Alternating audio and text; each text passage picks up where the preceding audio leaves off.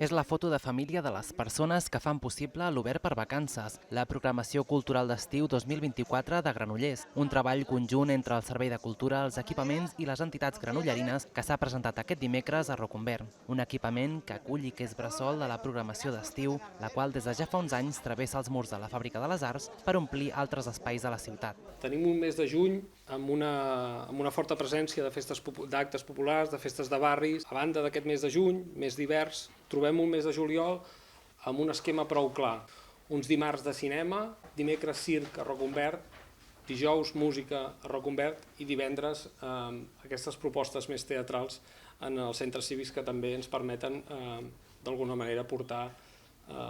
l'oferta cultural a diferents barris de la ciutat. Omple diferents espais de la ciutat, amb aquest cinema freix al Parc Torres Villar ja des de fa molts anys, però se suma als centres cívics, se sumen als barris, se sumen els diferents equipaments culturals programant i se sumen sobretot les entitats. L'Obert per Vacances compta amb una 60ena d'activitats culturals aptes per a tots els públics, amb propostes que es consoliden com la Rebella de Sant Joan a Rocumbert, amb les entitats de cultura popular i tradicional i actes amb una llarga trajectòria com el festival Música en Viu. Diables de Granollers ja fa molts anys que participa al Música en Viu. Una aposta que hem fet aquest any és portar més música en directe, que abans normalment eren 2 grups i DJ, i aquest any són 3 grups. Diferents tipus de música, tant reggae com rumba, com grup de versions, com al final un DJ que punxarà una mica per acabar la nit. Nosaltres centrem la nostra activitat al voltant del sound system i la música jamaicana. Dins la música jamaicana hi ha molts subgèneres, tot el que s'encabeixi dins això és benvingut, en format sound system, sense escenari, artistes a peu de terra,